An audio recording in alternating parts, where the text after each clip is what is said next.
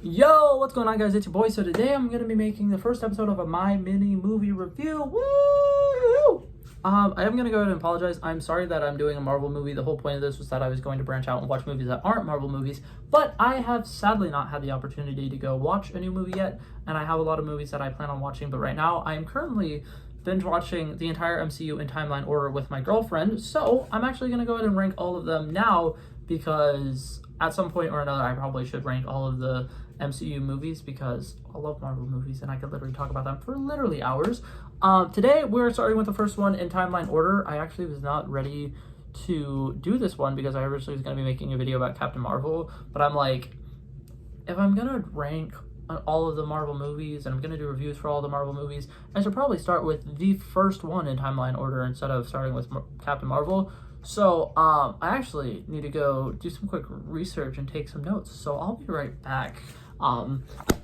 Okay, so I went ahead, did some little notey notes. This is actually my second time having to record this because I went on a super long tangent talking about the plot holes, and then I actually ended up proving myself wrong because I completely forgot something and I'm an idiot. So, the first Captain America movie, Captain America, the First Avenger, absolutely love this movie. There's a lot of good things that you can take away from this movie.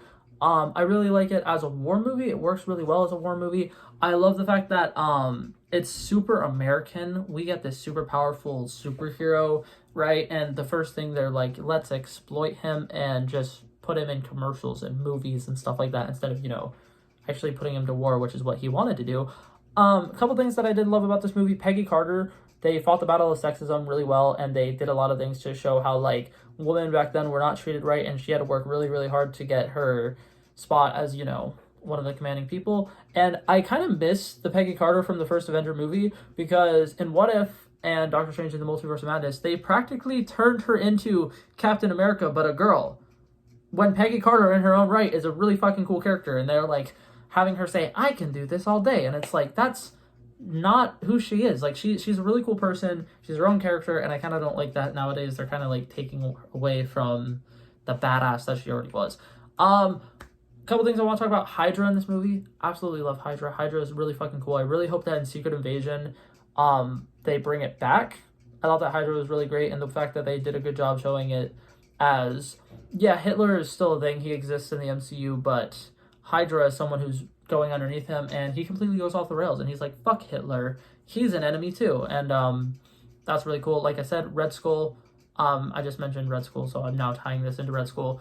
In my opinion, one of the best Marvel villains ever. Like it's 20-something movies later, he is still one of the best. Obadiah Stane from the Iron Man movie, which is not what we're currently talking about, is also one of the best. I think that it really is amazing how the first Marvel movies were all really, really solid movies because they knew we're just focusing on this movie. We want to make this movie really good. Yes, they knew that they were going to tie it into the Avengers, but they weren't 100% for sure we're going to have another Captain America movie. So they're like, we got to make sure this one is perfect. And I kind of miss Marvel projects doing that because some Marvel projects nowadays, instead of being like, oh, we only have one shot at this, we need to make it perfect, they're going, we only have one shot at this, let's shove all the plot lines into one little thing, and it doesn't work, and it's been driving me insane. Anyways, that's a rant for another day.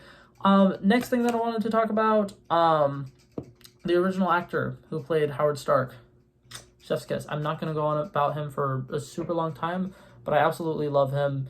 He is very charismatic, and his relationship with Steve was very, very nice, and he kind of like, not really as a mentor to him, but he kind of like helps him out. And I love, there's like a specific line where it's just like, the second you think you know what's going on in a woman's mind, you are wrong. You are incorrect. And it is very true. And he knows exactly what he's talking about. That's another thing I want to mention.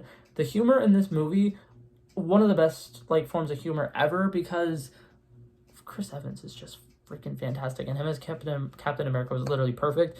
One of my favorite lines, and I've watched this movie probably about 20 times because every time I binge watch the MCU, I start with this movie. So even if I only get a couple movies into it, I've always watched this one. But one of my favorite lines, and I didn't even notice this until I watched it the other day, was he's breaking out all the people or whatever, trying to find Bucky, and he's breaking them out, getting them to safety or whatever.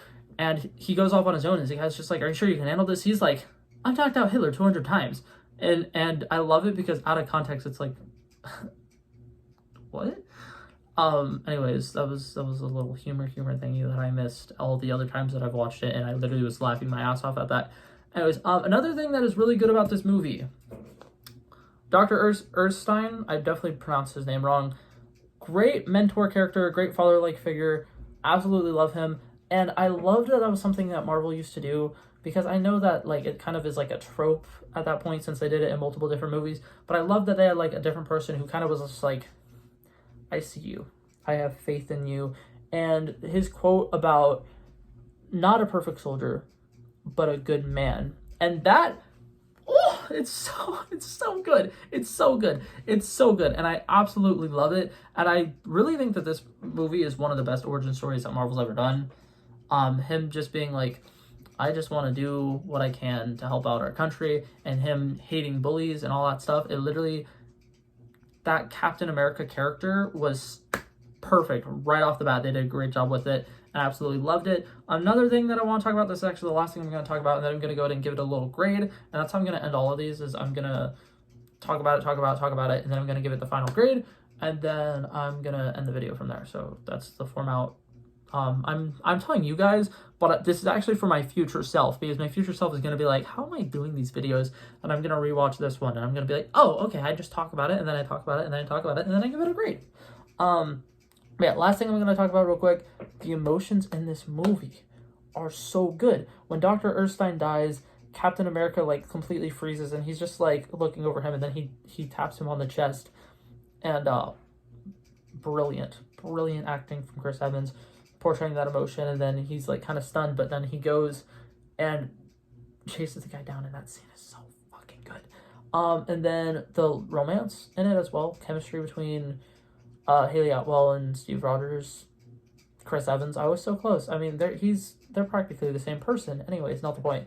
That chemistry is really good. Sebastian Stan and Chris Evans chemistry, once again, really freaking good. The scene when Bucky dies, I can't watch it without crying. It is so painful. It is so good. It's so good. Anyways, yeah, that's basically all the things that I wanted to talk about. That's all the things that I wanted to address. I am now going to go ahead and give you guys the rating. I want to go ahead and say I'm going to try my best to be somewhat strict with these ratings, but at the same time, I don't want to be too strict to the point where it's just like no movie ever gets an A rating with me. So this movie is really solid. I think that it started off the Marvel Cinematic Universe with a great overall story. It's a good war movie. There's a lot of good action that you can love and watch and enjoy. There's a lot of good comedy, romance. It's a little bit of everything, and I personally think that it is one of the best Phase 1 movies. I want to say it's probably the second best Phase 1 movie.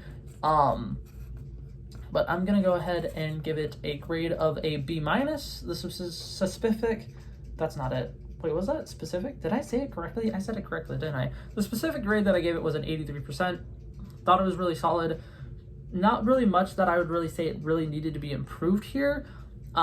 Just kind of wish that there was more like during the war action stuff, but I mean, it's a movie. It only has so much time for so much stuff.